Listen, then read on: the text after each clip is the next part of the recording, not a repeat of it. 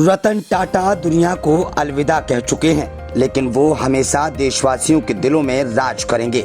वो बड़े कारोबारी थे। कारोबार के साथ साथ उन्होंने देश के प्रति अपनी जिम्मेदारी को भी बखूबी निभाया। हर कोई आज उनकी निजी जिंदगी के बारे में जानने चाहते हैं, उनके परिवार में कौन कौन है। दरअसल रतन टाटा ने कभी शादी नहीं की। जीवन भर वे देश की तरक्की और दूसरों के बारे में सोचते रहे। वे भारत के लोगों के लिए ही नहीं बल्कि दुनिया भर के लोगों के लिए एक मिसाल से कम नहीं थे। उन्होंने टाटा ग्रुप को अपनी सूझबूझ से बुलंदियों पर पहुंचाया और आज भी टाटा ग्रुप भारत की सबसे ज्यादा कंपनियों वाला ग्रुप है। टाटा ग्रुप इतना बड़ा है कि यह नमक से लेकर जहाज तक बनाता है। रतन टाटा ने अपने जीवन में कई कामयाबी हासिल की थी। उन्हें पद्म भूषण और पद्म विभूषण से भी सम्मानित किया गया था। क्या आप प्रेम कहानी के बारे में जानते हैं? उन्होंने खुद ही ये कहानी शेयर की थी। रतन टाटा के पास सब कुछ था, लेकिन उन्हें एक दर्द था जिसका जिक्र उन्होंने अपने मैनेजर शांतनु की स्टार्टअप गुड फेलोज की ओपनिंग के दौरान किया था। उन्होंने कहा था, आप नहीं जानते कि अकेले रहना कैसा होता है। जब तक आप अकेले समय बिताने के लिए मजबूर नहीं होते तब तक एहसास नहीं होगा।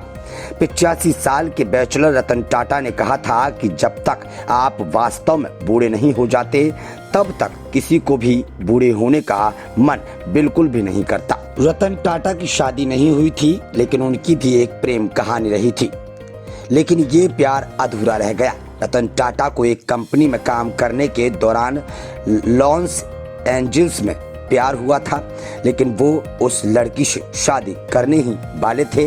तभी अचानक उन्हें वापस भारत लौटना पड़ा क्योंकि उनकी दादी की तबीयत ठीक नहीं थी। रतन टाटा को ये लगा था कि जिस महिला को वो प्यार करते हैं वह भी उनके साथ भारत भी आ जाएगी। रतन टाटा के मुताबिक 1962 की भारत चीन लड़ाई के चलते उनके माता पिता उस लड़की के भारत आने के पक्ष में नहीं थे और इस तरह उनका रिश्ता टूट गया।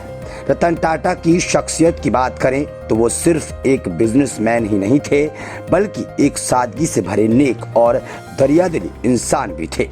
लोगों के लिए आदर्श और प्रेरणा स्रोत भी थे।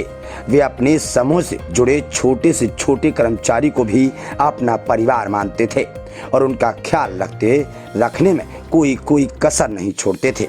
इसके कई उदाहरण सामने हैं। इसके अलावा उन्हें जानवरों से खास तौर पर स्ट्रीट डॉग से खासा काफी लगाव था। वे कई गैर सरकारी संगठनों और एनिमल शेल्टर्स को दान भी करते थे। इसके अलावा वे किसी भी विपदा की स्थिति में हमेशा मदद के लिए तैयार रहते थे, फिर चाहे वो मुंबई 26/11 अटैक हो या फिर कोरोना महामारी। साल 1868 में शुरू हुए कारोबारी घराने की कमान अपने हाथों में लेने से पहले रतन टाटा ने 70 के दशक में टाटा स्टील जामशेदपुर में काम किया। जब कारोबार की सभी बारीकियां समझ में आ गईं, फिर उन्होंने ग्रुप में अपनी दमदार एंट्री की और अपनी मेहनत और काबिलियत की दम पर घरेलू कारोबार को आसमान की बुलंदियों पर पहुंचाने का काम किया।